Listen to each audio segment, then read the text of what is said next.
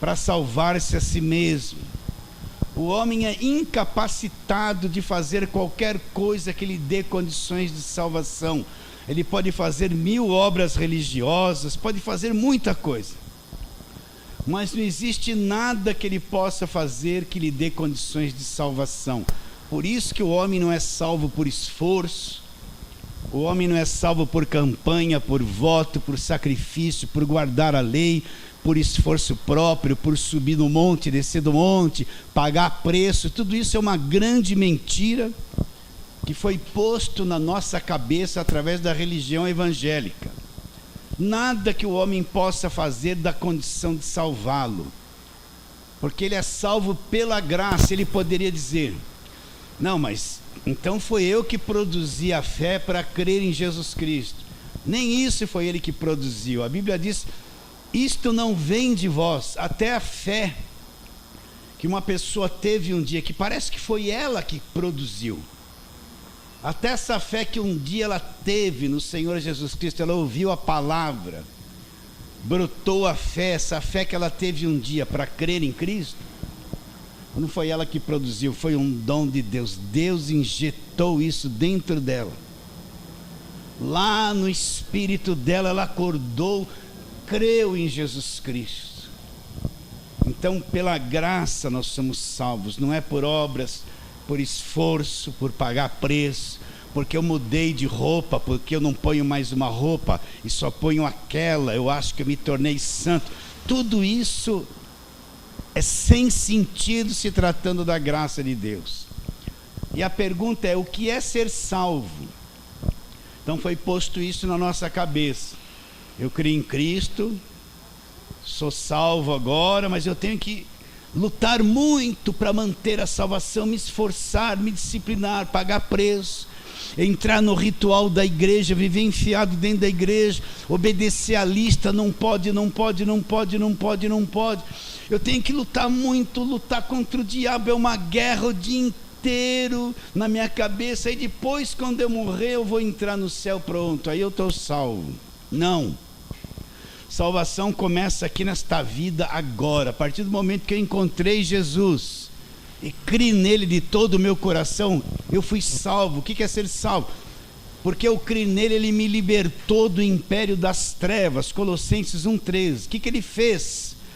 No primeiro instante que eu criei nele, já instantaneamente essas coisas já foram feitas na minha vida. Fui liberto do império das trevas, liberto por completo do império das trevas, transportado. A minha casa não saiu do lugar, o meu corpo não saiu do lugar, mas no espírito eu fui transportado para uma outra dimensão chamada reino do Filho do seu amor. É lá que eu estou. E o que eu encontro nessa dimensão?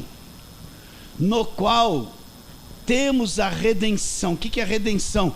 O fim da escravidão, tudo que escravizava a minha vida.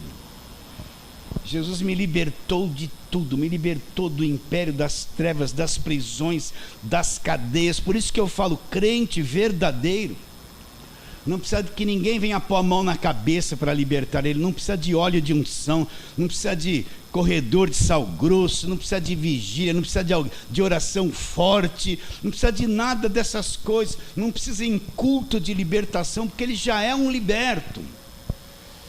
Só que ele encontrou Jesus, dependendo da igreja que ele vai parar, nunca vão ensinar isso para eles. Vão ensinar que ele tem um demônio, que tem uma macumba, que tem isso, que tem que pagar o preço daquilo, que tem que mudar de roupa, cuidado com o diabo, vigia. Aí vem uma profeta, ralabaxarabacares, que te diga: o demônio está na tua vida, você tem que vigiar. Vem pôr um monte de coisa na cabeça dele, menos o evangelho. Então o que tem que fazer com um crente novinho que não sabe nada? Ele tem que sentar e ser ensinado o que aconteceu com ele. A liderança, ao invés de querer tomar o dinheiro dele, levar ele para campanha, para voto, para sacrifício, essas coisas tolas e mentirosas, tem que sentar, eu vou te ensinar o que é ser salvo. Aí vai pregar o evangelho da graça de Deus para ele, ensinar tudo que Jesus já fez por ele, para que ele seja ajudado e vá entrando, sendo a vida dele o próprio evangelho da graça de Deus. Uma pessoa mais mal ensinada não sabe o que é fé. Uma pessoa que foi ensinada errada fica atrasada há anos na vida dela, na questão de fé. Uma pessoa que caiu debaixo de igreja de lei, encheram a cabeça dela de proibições, puseram ela debaixo de erro, atrasaram a vida dela. Ela vai ter uma grande dificuldade de entender o que é o evangelho da graça de Deus e o que é ser salvo. Mas se cai num lugar que ensina a graça de Deus, em pouco tempo essa pessoa vai crescer, ela vai se apossando de toda a verdade do evangelho da graça de Deus. Ele vai descobrir que tudo foi dado gratuitamente, não tem preço a se pagar. Cristo pagou tudo que nós devíamos na cruz. Ele vai descobrir que não precisa ficar lutando, guerreando contra o diabo, porque o diabo já foi aniquilado e destruído na cruz. Jesus a libertou do império das trevas. Ele entra numa nova dimensão de fé e de vida. Agora, ele poderia perguntar, mas eu não fiz nada. E tudo me é dado de graça. Exatamente, você não fez nada. Mas Cristo na cruz fez no meu lugar e no seu. Tudo que precisava ser feito já está consumado. Quando ele disse está consumado na cruz, tudo que precisava ser feito para salvar o homem, libertar o homem, fazer o homem filho de Deus, né? Perdoar o homem, dar uma nova vida, tudo foi feito por Cristo na cruz e nos é dado pela graça de Deus como gratuitamente. Está bem claro isso na sua mente? Nós falamos isso o ano inteiro. Então tudo vem de Deus, tudo Ele fez, só precisa acreditar. Por isso que o justo não vai viver pela fé dos outros. Geralmente, na religião evangélica, a liderança quer que todo mundo fique submissa a ele e usufrua da fé dele, para dominar todo mundo. Ele é o apóstolo, ele é o bom, ele é o líder, ele é a cobertura da igreja. Ele quer tornar toda aquela gente dependente dele. Mas na graça de Deus, você depende, você vai viver por aquilo que você acredita. Você não depende de pastor, não depende de apóstolo, você não precisa de oração forte, você não precisa de nada disso. Você vai depender desta graça que está sobre a sua vida. E você vai viver por aquilo que você acredita. Por isso precisa aprender o evangelho. Porque a fé vem pelo ouvir a palavra de Deus. Como é que eu vou ter fé no evangelho? Ouvindo. Como é que a fé vem? A fé vem por oração? Não. A fé vem por gritaria? Não. A fé vem porque eu paguei voto na igreja? Isso é a fé mentirosa. A fé não vem por nada dessas coisas. Como que a fé vem?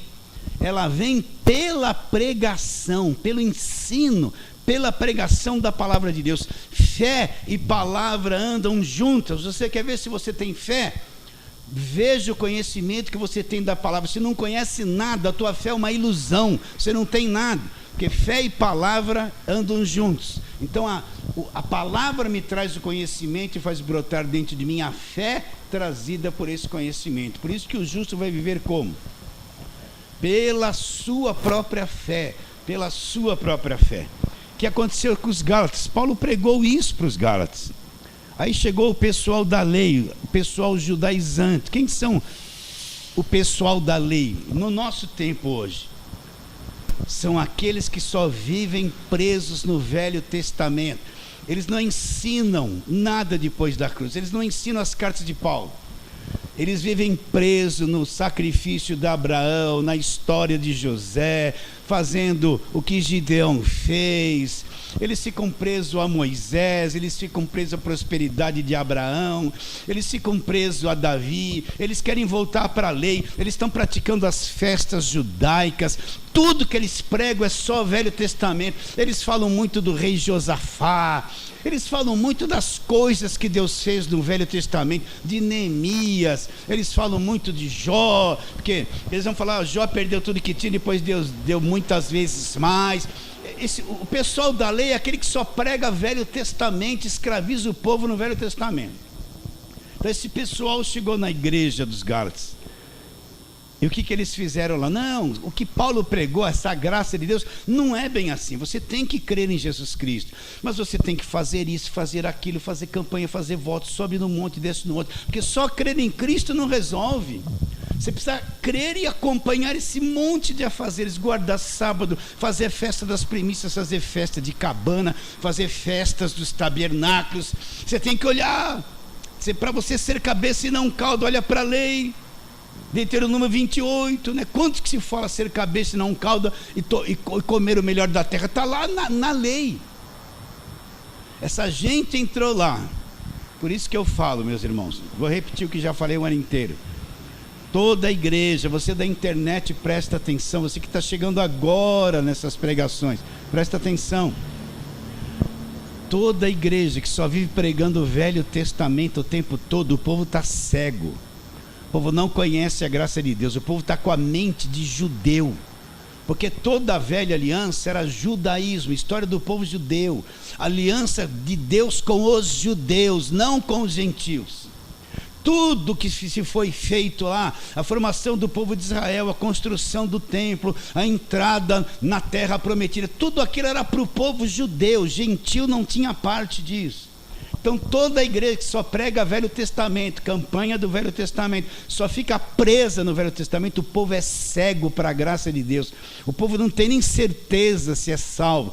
Você que nos ouve pela internet, você tem certeza que você é salvo? Ou aí dentro de você está sempre com dúvida, tem que pagar preço, tem que fazer um monte de coisa que te pedem, se você der uma mancadinha já perdeu a salvação. É isso que está dentro de você, está debaixo de igreja de lei, é assim que você sente. Então quem é o pessoal da lei para nós hoje?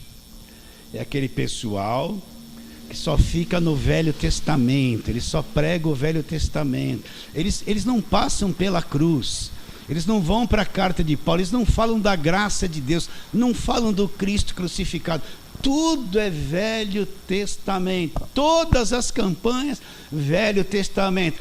Todo ano é um ano de um personagem do Velho Testamento.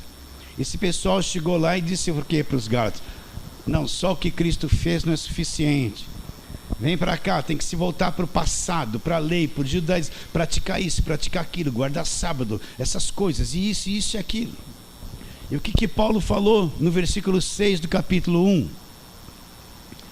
Admira-me que estáis passando tão depressa, Paulo fala, daquele que vos chamou na graça de Cristo. Olha, eles foram chamados na graça. Então Paulo fala para outro evangelho. Que outro evangelho?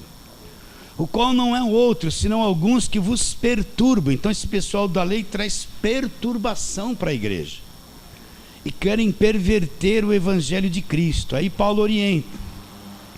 Mas ainda que nós, ou mesmo um anjo vindo do céu, vos pregue evangelho que vá além do que temos pregado. O que Paulo pregava? O evangelho da graça de Deus. Parem um pouquinho. Vamos supor que apareça um anjo que vem do céu bonito, com asas, né? O rosto brilhante, e fala assim: eu sou mensageiro de Deus, e para na tua frente e fala assim: olha, esse negócio da graça de Deus já passou, não é assim, você tem que voltar para a lei. Qual é a base da nossa fé? A base da nossa fé é o evangelho da graça de Deus. Mas é um anjo que veio do céu, tem que ser respeitado. Mas se não falar de acordo com o evangelho da graça de Deus, o que Paulo diz para fazer? Seja maldito. Pode ser um apóstolo desses da televisão que enche a igreja. O que ele pregar, se não estiver de acordo com o evangelho da graça de Deus, seja maldito. Vocês estão entendendo como é séria a coisa? Pode vir um revelador, se não falar de acordo com o evangelho da graça de Deus, seja anátema, seja maldito. E olha que esse pessoal da televisão não fala isso. Eles não falam isso. No fundo, tudo que eles pedem é para depois você se associar, mandar oferta, não é verdade? Está sempre precisando de dinheiro para a obra de Deus, não é? Mas não prega o evangelho da graça de Deus. Mas ainda que nós, um anjo vindo do céu, vos pregue o evangelho que vá além do que temos pregado, seja anátema, assim como já dissemos, versículo 9. E agora repito: se alguém vos prega o evangelho que vá além daquele que recebesse, seja anátema. Anátema quer dizer maldito. E aí nós estamos dissertando tudo isso esse ano todo. Estamos recapitulando aqui o capítulo 2, versículo 19, onde nós lemos, olha lá. Olha o que Paulo fala: porque eu, mediante a própria lei, morri para a lei, a fim de viver para Deus. Estou crucificado com Cristo, logo já não sou eu quem vive, mas Cristo vive em mim. E esse viver que agora tenho na carne, eu vivo pela fé no Filho de Deus, que me amou e se entregou por mim. Não anulo a graça de Deus, presta atenção nisso. Pois se a justiça é mediante a lei, então Cristo morreu em vão. Se a justiça vem da lei, o que é a lei? É a velha aliança. Se a justiça vem daí, então por que Cristo precisou morrer? Então Cristo morreu em vão.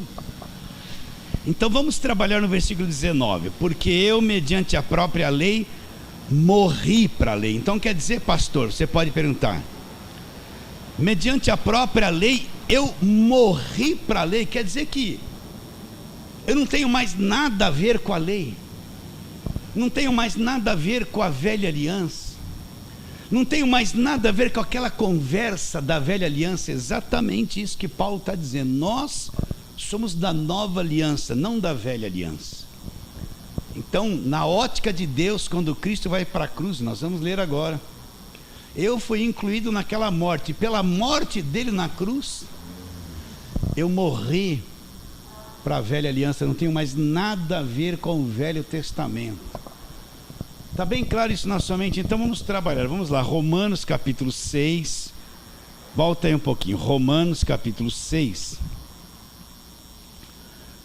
é um capítulo profundo e precisa ter revelação para ter clareza sobre ele. Olha lá, a partir do versículo de número 1, leia e entenda isso aqui. Romanos 6:1, que diremos? Ele está fazendo uma pergunta: permanecemos no pecado para que a graça seja mais abundante? Ele responde: de modo nenhum. Como eu vou viver ainda no pecado, nós que para ele morremos? Quer dizer que nós morremos para aquela culpa, aquele pecado que veio de Adão. Aquela culpa que veio de Adão, quer dizer que nós morremos para aquilo, fomos desligados daquela culpa. É isso. Como eu vou viver naquilo, na mesma escravidão que Adão passou para mim, se eu morrer e fui desligado de tudo aquilo que veio dele? E ele vai dizendo: de modo nenhum, versículo 2. Como viveremos ainda no pecado, nós, o que para ele morremos? Agora Paulo começa a explicar. Ou porventura ignorais que todos que fomos batizados em Cristo, fomos batizados na sua morte? Presta atenção, está aqui o verdadeiro batismo. Fomos, pois, sepultados com ele na morte pelo batismo, para que Cristo, como Cristo foi ressuscitado dentre os mortos pela glória do Pai, assim também andemos nós numa vida nova, em novidade de vida. Olha lá, porque se fomos unidos com ele na semelhança da sua morte, certamente seremos também na semelhança da sua ressurreição. Sabendo isso, você tem que saber que foi crucificado com ele o nosso velho homem, para que o corpo do pecado seja destruído e não sirvamos o pecado como escravos. Porquanto quem morreu está justificado do pecado. Como isso, pastor? Como eu fui morto com Cristo? Então vamos para Adão.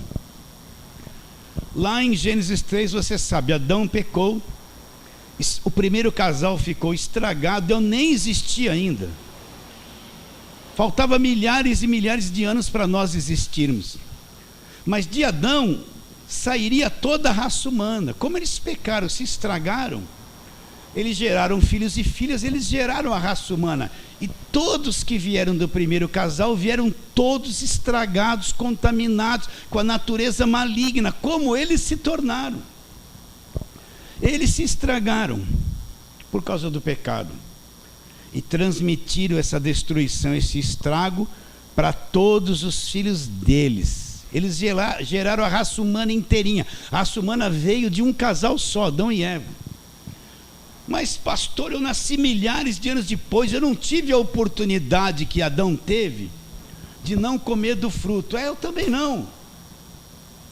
Mas ele me condenou naquilo que ele fez. Eu nasci condenado por causa dele. Eu não tive culpa. Mas herdei uma culpa que veio dele, caiu sobre mim a culpa. Eu nasci culpado.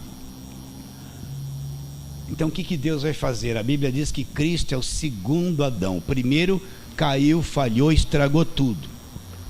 A Bíblia diz que Jesus Cristo é o segundo Adão. Deus vai começar de novo agora, na pessoa de Jesus Cristo. Ele vai começar uma nova criação. A criação que veio por Adão falhou, pecou.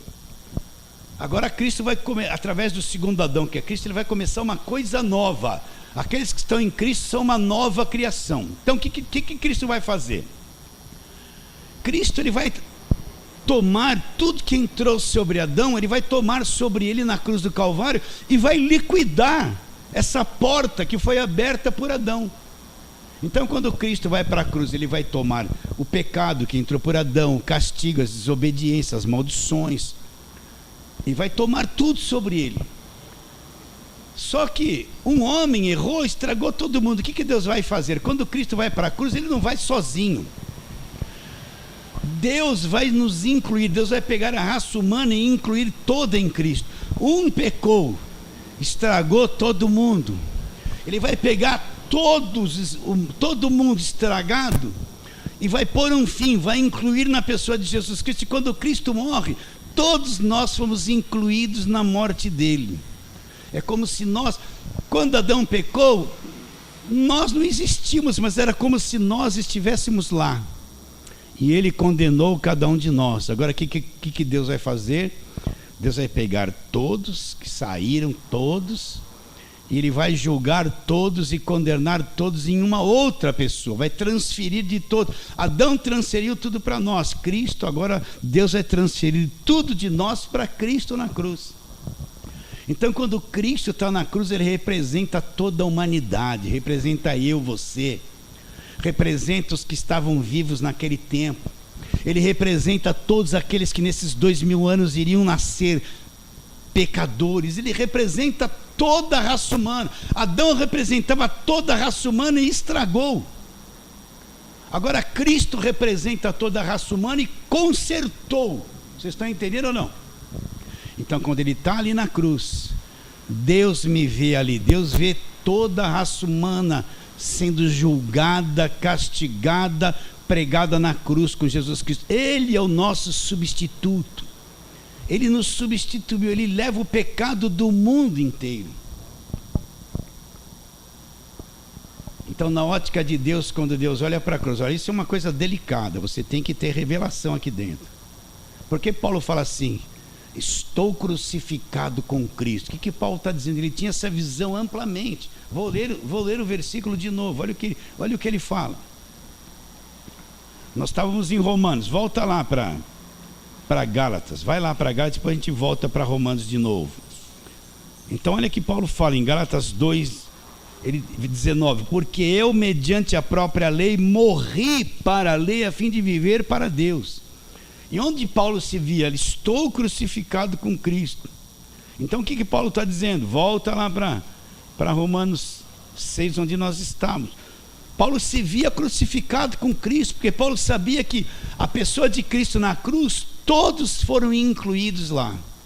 E quando Cristo morre, todos nós somos incluídos na morte dele. Quando Adão pecou, todos fomos incluídos no pecado dele. Quando Cristo morre, todos nós somos incluídos na morte dele. Então na ótica de Deus, nós já morremos para tudo aquilo que veio de Adão. Isso é só por revelação, é aqui no Espírito que a coisa acontece. Então volta lá, você entendeu isso ou não? Então estamos no capítulo 6 de Romanos. Ele fala assim: que diremos, pois? Permaneceremos no pecado para que seja a graça mais abundante? De modo nenhum. Como viveremos ainda no pecado, nós o que para ele morremos? Então nós estamos mortos ao pecado. Ou porventura ignorais que todos os que fomos batizados em Cristo, fomos batizados na sua morte? Fomos, pois, sepultados com ele na morte pelo batismo. Que batismo é esse? Isso aqui não é mergulhar a pessoa na água, não é levar lá para o Rio Jordão para enfiar a cabeça dela na água, não é jogar um pouquinho de água aqui, não. Esse batismo é a nossa inclusão na morte. Nós somos sepultados na morte. Quando Cristo está morrendo, nós estamos incluídos, nós estamos sendo sepultados na morte com Cristo. Esse é o verdadeiro batismo, sepultamento na morte de Cristo. Aí ele diz, versículo 4 de novo: fomos, pois, sepultados com ele na morte pelo batismo, para que, como Cristo foi ressuscitado dentre os mortos pela glória do Pai, assim também andemos nós como em novidade de vida. Porque se fomos unidos com ele, olha lá o que eu estou te dizendo, porque se fomos unidos com ele na semelhança da sua morte, fomos unidos, morremos lá também, certamente o seremos também na semelhança da sua ressurreição, sabendo isso, que foi crucificado com ele, que o nosso velho homem, tudo que nós herdamos de Adão, para que o corpo do pecado, que é esse corpo que nós vivemos, seja destruído, e não sirvamos mais o pecado como escravos, porquanto quem morreu está o quê? Justificado do pecado. Então é nessa inclusão na morte dele que nós fomos libertos da lei, libertos do primeiro Adão, libertos da velha aliança. Nós morremos. Meus irmãos, é difícil a pessoa entender, mas através da morte de Cristo na cruz, nós morremos para o Velho Testamento, fomos desligados do judaísmo, desligados da lei, desligados das ordenanças da lei. Aquilo se encerrou, acabou na cruz. Por isso é duro dizer, mas toda igreja que só prega Velho Testamento, eles estão na escuridão, estão no véu. O véu está posto na mente e no coração deles. Está bem claro isso? Vamos para outro versículo agora. Lá, Romanos, nós estamos no capítulo 6. Aí ele vai explicando isso até chegar no capítulo 7. Romanos 7. Olha o que ele diz no versículo 4, que nós temos que ler e entender. Assim, meus irmãos, também vocês morreram relativamente à lei, por meio do corpo de Cristo. O que ele está dizendo? Que nós morremos para a lei por meio do corpo de Cristo. Por quê? Porque o castigo da lei, a dívida da lei, Cristo pagou com o sofrimento na carne. A carne dele, o corpo carnal dele, foi sacrificado como oferta e sacrifício para cumprir a lei. Então, mediante o corpo de Cristo, aquele corpo que jorrou sangue, que foi pregado, que foi ferido, nós morremos, fomos libertos da lei por essa oferta da morte do corpo de Jesus Cristo. Leia de novo o versículo 4. Assim, meus irmãos, também vocês morreram com relação à lei por meio do corpo de Cristo. Para a lei como se fosse um dominador na nossa vida, para pertencer ao outro. Pertencer a quem? Aquele que ressuscitou dos mortos, a fim de que frutifiquemos para Deus. Olha o versículo 6. Agora, porém, libertados da lei. O que ele está dizendo? Que através disto nós somos libertos da lei. Agora, porém, libertados da lei, estamos mortos para aquilo que estávamos sujeitos, que era a lei, de modo que servimos a Deus como em novidade de espírito, e não na caducidade da letra. O que é a caducidade da letra? A letra da lei. Então o que Paulo está explicando? Paulo está explicando que agora a questão da nova aliança é o Espírito. Nós vivemos um Espírito novo, nós vivemos para Deus em novidade de Espírito. Aonde é que a gente nasce de novo? É no Espírito. Aonde é que a gente adora a Deus? É no Espírito. Então nós vivemos em novidade de Espírito, nós adoramos a Deus em Espírito. Por isso que Evangelho não é uma questão de corpo, de carne, de roupa, de aparência. Tudo isso é o homem exterior, o homem velho. O Evangelho é uma coisa para o homem interior, o Espírito. Então nós vivemos em novidade de Espírito. Por isso que abre o entendimento e você começa a entender o Evangelho da graça de Deus. viveu na lei não sei quanto tempo, mas um dia ouviu uma palavra da graça, fez tum, tocou no Espírito, acordou no Espírito, saiu daquela escravidão, começou a entender e ver o que nunca tinha entendido e visto, mudou da água para o vinho, não precisou fazer campanha, não precisou dar nada, mudou, aconteceu aqui dentro. Nós servimos a Deus como? Um espírito novo, em novidade do Espírito. Por isso agora, você tem que entender que você é muito mais que esse corpo, você é um espírito. Ai pastor, está parecendo meio espiritismo isso. Não é não. Você é um espírito. Deus é espírito, você é um espírito semelhante a Deus. A imagem e semelhança de Deus não está aqui na tua carne, não está no seu rosto, nas suas pernas. A imagem e semelhança de Deus é por dentro, é no espírito, é aquilo que Adão perdeu e Cristo trouxe de volta. Então você lá no teu espírito, você tem a imagem e semelhança de Deus. Os verdadeiros adoradores adoram a Deus como? Com a carne. A gente pensa que adorar a Deus vem aquela equipe de dança, todo mundo dança. Isso não tem nada a ver com adoração, isso não tem nada a ver com a verdade.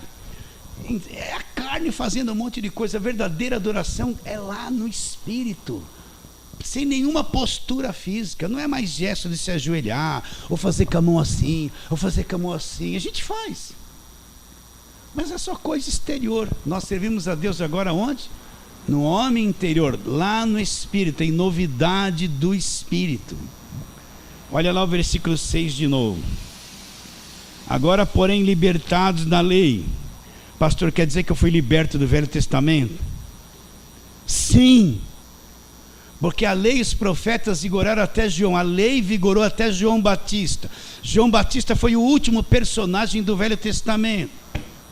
Foi liberto de tudo aquilo. Nós somos libertados da lei. Acredita ou não? Libertados da velha aliança, libertos da mentalidade judaica, libertos do Velho Testamento. Já fomos libertos. Agora, porém, libertados da lei, estamos mortos para aquilo que nós estávamos sujeitos, de modo que servimos como a Deus? Em novidade do Espírito, e não naquela escravidão, na caducidade da letra. Está bem claro isso? Está bem claro isso, queridos? Sim ou não? Agora abre lá em Mateus capítulo 5, para você ficar tranquilo que Cristo cumpriu todos os quesitos da lei perfeitamente, nos libertou da lei.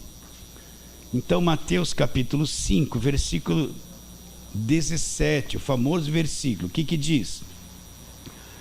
Não penseis que vim revogar a lei. Ele não veio revogar. Não penseis que vim revogar a lei ou os profetas. Não vim para revogar, vim para cumprir. Então ele não veio revogar a lei, ele veio para cumprir detalhadamente tudo que precisava ser cumprido. Ele cumpriu por nós. Quer ver? Vai lá em João, Mateus, Marcos, Lucas. João, lá no capítulo 19, que a gente lê bastante, esse está consumado, versículo 28, João 19, 28, ele disse: eu não vim abrogar a lei, eu vim para cumprir. Então olha o versículo 28 de João 19. Depois, vendo Jesus que tudo estava consumado para se cumprir a escritura, disse: tenho sede. Estava ali um vaso cheio de vinagre, embeberam de vinagre a esponja, fixando-a num caniço, dei sopro, lhe achegaram a boca. Quando Jesus tomou o vinagre, disse: está consumado, e inclinando a cabeça, redeu o espírito. Olha o versículo 28.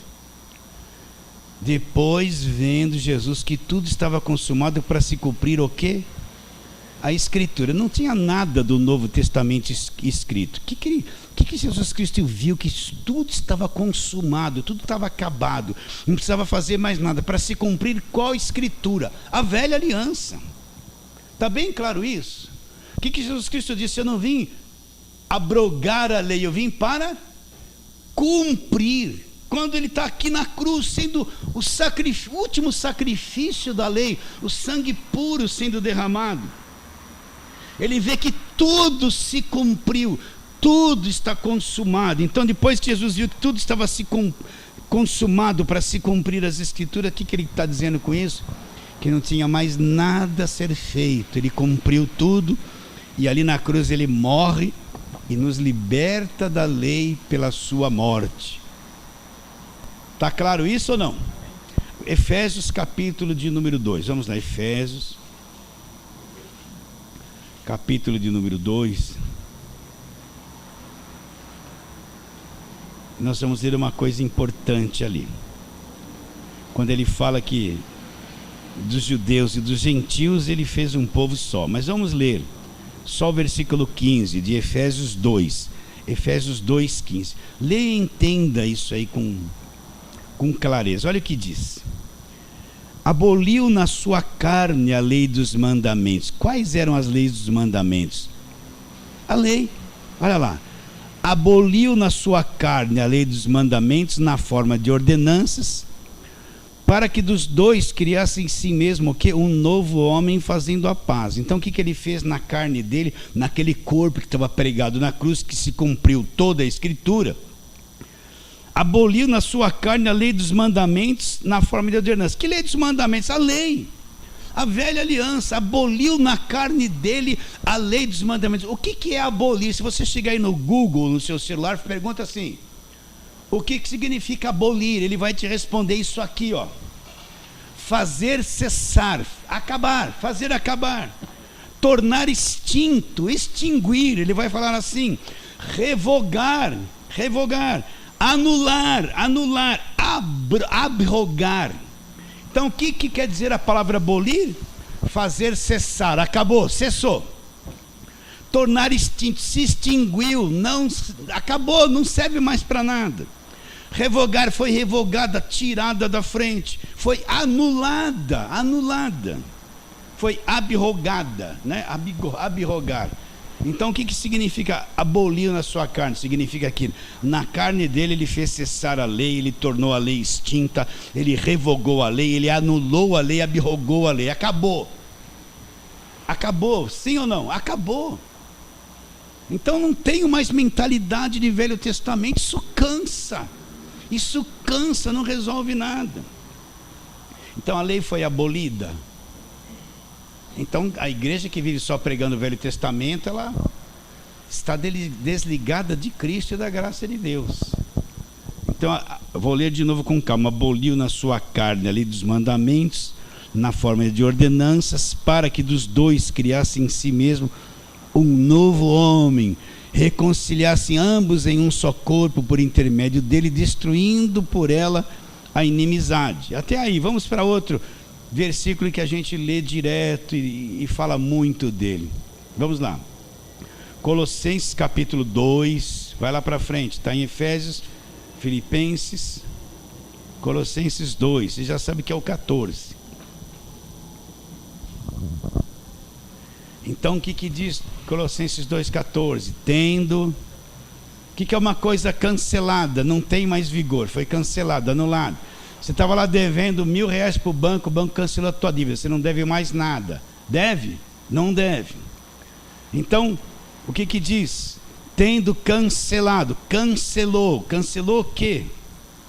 O escrito de dívida que era contra nós, que constava de ordenanças. Ordenanças de onde? Da lei, da velha aliança, do Velho Testamento, que constava de ordenanças, olha lá, o qual nos era prejudicial.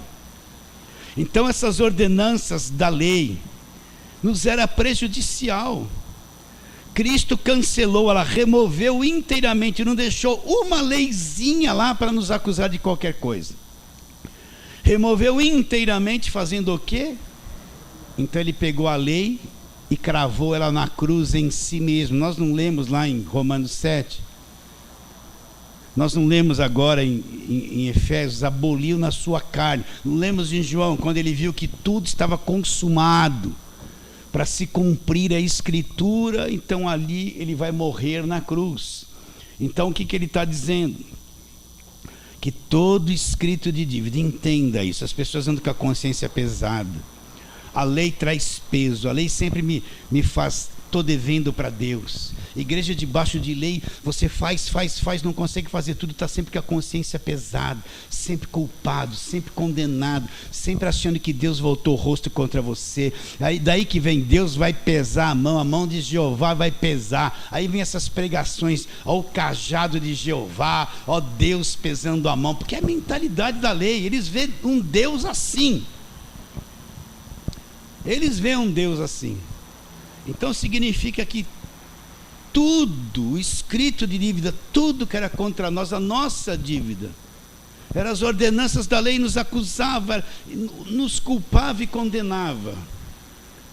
Era prejudicial a cada um de nós. Ele removeu, tirou da frente e destruiu, cravou aquilo na cruz. Está pago para sempre. Você acredita nisso? Por isso que nós não devemos nada. Você não deve nada. Nós não devemos nada. Agora, é isso que eu quero que você entenda. Deus não é um Deus que faz as coisas pela metade. Entende? As bênçãos dele não vêm que nem os produtos do mercado. 3 meses de validade, válido até o ano tal. Não. As bênçãos de Deus não perdem validade.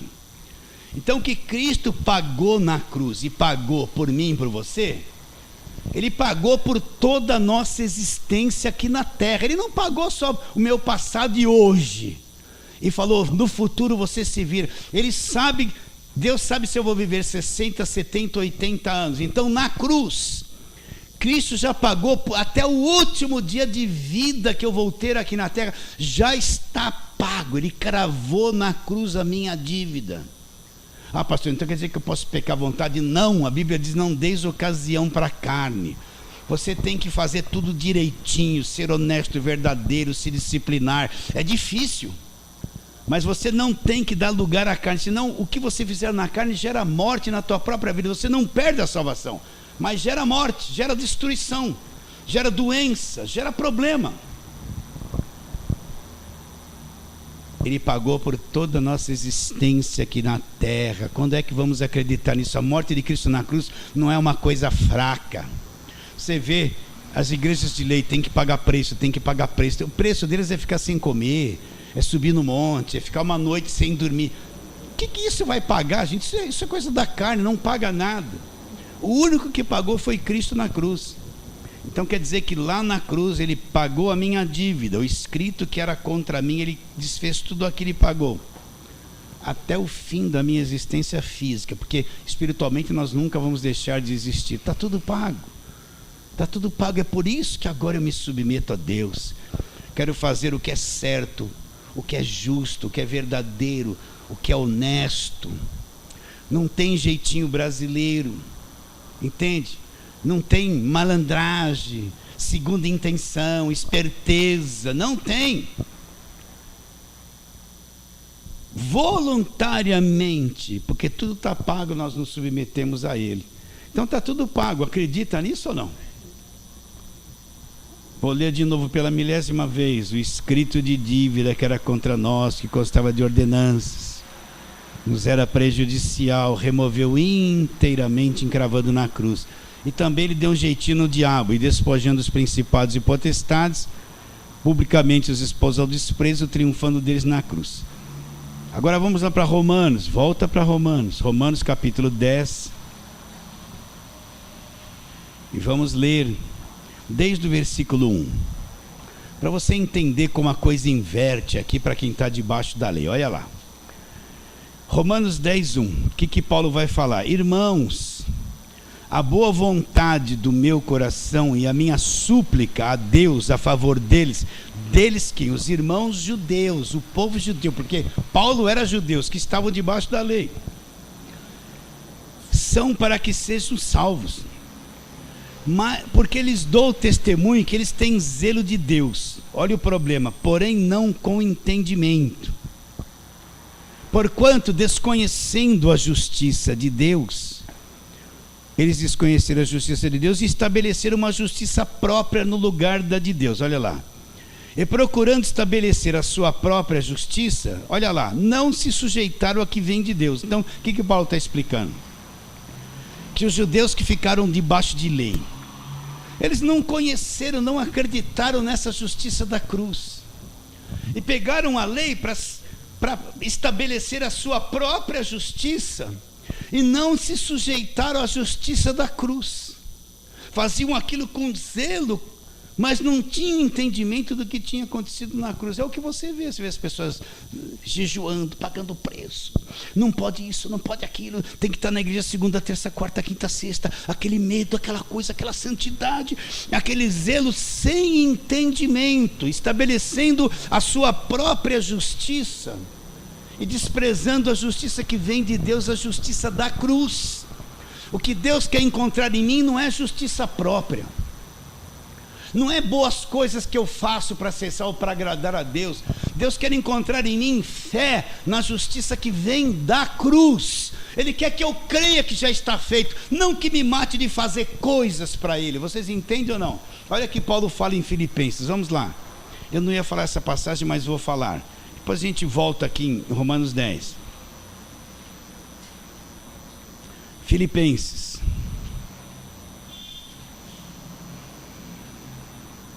capítulo de número 3, que nós lemos muito aqui, ó.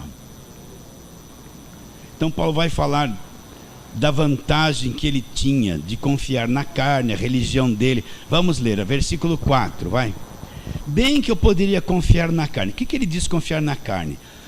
Na religiosidade da carne, nos rituais da carne, nos rituais da lei, na santidade do esforço da carne, nas suas próprias obras que ele poderia produzir com a carne. Então ele diz, bem que eu poderia confiar na carne. Agora ele vai mostrar a vantagem que ele tinha na religião. Se outro pensa que pode confiar na carne, eu ainda mais. Agora olha como ele era grande na sua religião. Circuncidado ao 8º dia. Então, de acordo com a lei, o menino tinha que ser circuncidado, foi levado no templo e circuncidaram Paulo. Da linhagem de Israel, ele vinha de Israel. Ele tinha uma tribo, os israelitas tinham 12 tribos, ele pertencia à tribo de Benjamim. Ele era hebreu de hebreus, judeuzão legítimo. E quanto à lei, ele participava da seita mais rigorosa, era o farisaísmo. Então, quanto à lei, fariseu. Quanto ao zelo, olha, ele era perseguidor da igreja. Quanto à justiça que há na lei, Paulo era irrepreensível. Então Paulo tinha muita obra, muita justiça própria, muita coisa boa na religião. Acho que eles olhavam para Paulo e falavam, esse homem é santo demais, esse é o vaso, esse é o cara, né? Olha, ainda jovem, esse é o bom, esse é o cara, né? Na linguagem de hoje. Esse aí não tem erro em nada, ele é irrepreensível, ele é muito santo. Mas Paulo, quando encontrou Cristo, descobriu que tudo isso não servia para nada. Servia para separar ele da verdade. Olha, era o contrário. Aí ele fala, versículo 7, mas o que para mim era lucro, tudo isso era lucro para ele. Isto considerei perda por causa de Cristo. Ele teve que perder tudo que era lucro na religião para ele. Sim, deveras considero tudo como perda, por causa da sublimidade do conhecimento de Cristo Jesus meu Senhor, por amor do qual perdi todas as coisas e as considero como, tem tradução que fala esterco, refúgio, para ganhar a Cristo. Olha lá, e ser achado nele como, não tendo justiça própria, não tendo as minhas obras próprias, não tendo a minha justiça própria, não tendo as minhas vigílias próprias, os meus sacrifícios próprios, os meus jejuns próprios, que quer substituir a justiça da cruz. O homem quer substituir a justiça de Deus pelo seu esforço, pela sua própria justiça, que são as suas obras. Deus não quer isso. Deus quer que eu creia e viva pela justiça da cruz, não o meu esforço. Então Paulo fala, estou rouco, né? Então Paulo fala, versículo 8 de novo, sim, deveras considero tudo como perda por causa da sublimidade do conhecimento de Cristo Jesus meu Senhor, por amor do qual perdi todas as coisas e considero tudo aquilo como esterco, refúgio, para ganhar Cristo e ser achado nele, não tendo justiça própria. Você está entendendo que procede da lei. O que é a justiça própria? Você praticar a lei, fui justificado porque eu pratiquei a lei. Paulo queria ser achado em Cristo longe de justiça própria, longe de direitos próprios, longe de obras próprias para tentar agradar a Deus e tentar ser salvo. Versículo 9 de novo. e ser achado nele, não tendo justiça própria que procede da lei, senão a que é mediante a fé em Cristo, a justiça que procede aonde? De Deus. De Deus. Volta lá para Romanos 10. Paulo queria ser achado diante de Deus com a justiça que procedesse de Deus, não do seu esforço, das suas obras, que era a justiça própria. Aí, capítulo 10 de Romanos, Paulo fala: porque eles dão testemunho, versículo 2, que eles têm zelo por Deus, não porém com entendimento. Agora eles faziam justamente ao contrário. Olha, portanto, desconhecendo a justiça de Deus. Qual é a justiça de Deus? Aquela que foi realizada na cruz, e procurando estabelecer a sua própria justiça. Qual é a sua própria justiça? Jejum, monte, vigília, paga preço, obras da lei. Isso é a própria justiça, o que você produz no lugar da justiça de Deus. Então ele diz: porquanto desconhecendo a justiça de Deus e procurando estabelecer a sua própria, não se sujeitaram à que vem de Deus. Então o que Deus quer encontrar em mim? Eu não tenho nenhuma justiça própria, nenhum mérito próprio, nenhum valor próprio porque fiz alguma coisa na religião, porque isso aí é a minha justiça, e eu quero pôr ela no lugar da justiça da cruz, como se ela fosse melhor do que aquilo que aconteceu da cruz. Deus não aceita isso. Deus aceita o quê? Que eu largue a minha justiça, que eu reconheça que eu sou defeituoso, que eu não produzo coisa boa, estou cheio de erros, e nunca serei justificado por fazer coisas da lei. Pela lei eu sou condenado, não serve para nada. Ele quer que eu saiba disso e reconheça, e me volte para a cruz e aceite o quê? A justiça que vem da cruz, a justiça que vem de Deus, sem nada próprio, sem máscara diante de Deus, sem capa de religiosidade, sem capa de homem que jejua, sem capa de monte, sem capa de voto, sem capa de sacrifício, sem paletó e gravata, sem capa, com a cara exposta, defeituoso e falho. É isso que Deus quer me ver, que eu entenda isso. Falo, reconheço, eu aceito a justiça que vem da cruz, que não é minha, não posso produzir, aceito, creio no que Ele fez. A justiça da cruz é a minha justiça, não é a minha justiça própria. Deus quer que a gente pare de ser religioso, pare de ser evangélico falso, religioso, debaixo de lei. Mostre a cara suja e fale, aceito a justiça que vem de onde? Da cruz. É isso que Deus quer de cada um de nós. Aí depois ele diz no versículo 4, olha lá. Aí ele mostra, porque o fim da lei é Cristo para a justiça de todo aquele que... Então o fim da lei, meu Deus, quando a gente vai entender que a lei acabou, a velha aliança acabou na cruz. Acabou na cruz, toda aquela exigência da lei, as festas judaicas, a mentalidade judaica, acabou na cruz, já acabou. O fim da lei é Cristo para a justiça de todo aquele que acredita. Agora voltemos em Gálatas para acabar lá onde começamos. Gálatas capítulo 2, versículo 19 de novo. Porque eu, mediante a própria lei, morri para a lei, a fim de viver para Deus. Então pela lei eu não consigo viver para Deus. Então eu morri para a lei para viver para Deus. Estou crucificado com Cristo, logo já não sou eu quem vive, mas Cristo está vivo em mim. E agora que eu vivo na carne, nesse corpo, eu vivo só pela fé. Pela fé em quem? No Filho de Deus, que é Jesus Cristo, que me amou e a si mesmo se entregou por mim. Agora vem finalizando, versículo 21. Não anulo a graça de Deus, pois se a justiça é mediante a lei, se essa justiça que Deus está dizendo vem pela lei, então Cristo morreu em vão. Então quer dizer, pastor, que o oposto é verdadeiro? É. Se eu quiser me justificar pela lei, então Cristo morreu em vão por mim, porque eu estou tentando me justificar por obras próprias e desprezando a justiça que veio da cruz. Então Cristo não serve para mim, porque eu estou pondo a minha justiça, o meu esforço, as minhas obras na frente daquilo que Cristo fez na cruz. Então, finalizando o versículo 21, não anulo a graça de Deus, pois se a justiça é mediante a lei, então segue-se Cristo fez o quê? Meu, em vão. Então se pela lei eu sou justificado, o que é ser justificado? Ser justificado significa que eu não tenho mais culpa, não estou mais debaixo de condenação. Fui libertado de todas as coisas. Deus olha para mim e me vê inocente, inocente, inocente, porque toda a minha culpa caiu na cruz. Está bem claro isso? Então, vou ler mais uma vez. Não anulo a graça de Deus, pois se a justiça é mediante a lei, segue-se que Cristo morreu em vão. Entenderam isso direitinho? Então fala assim, amém.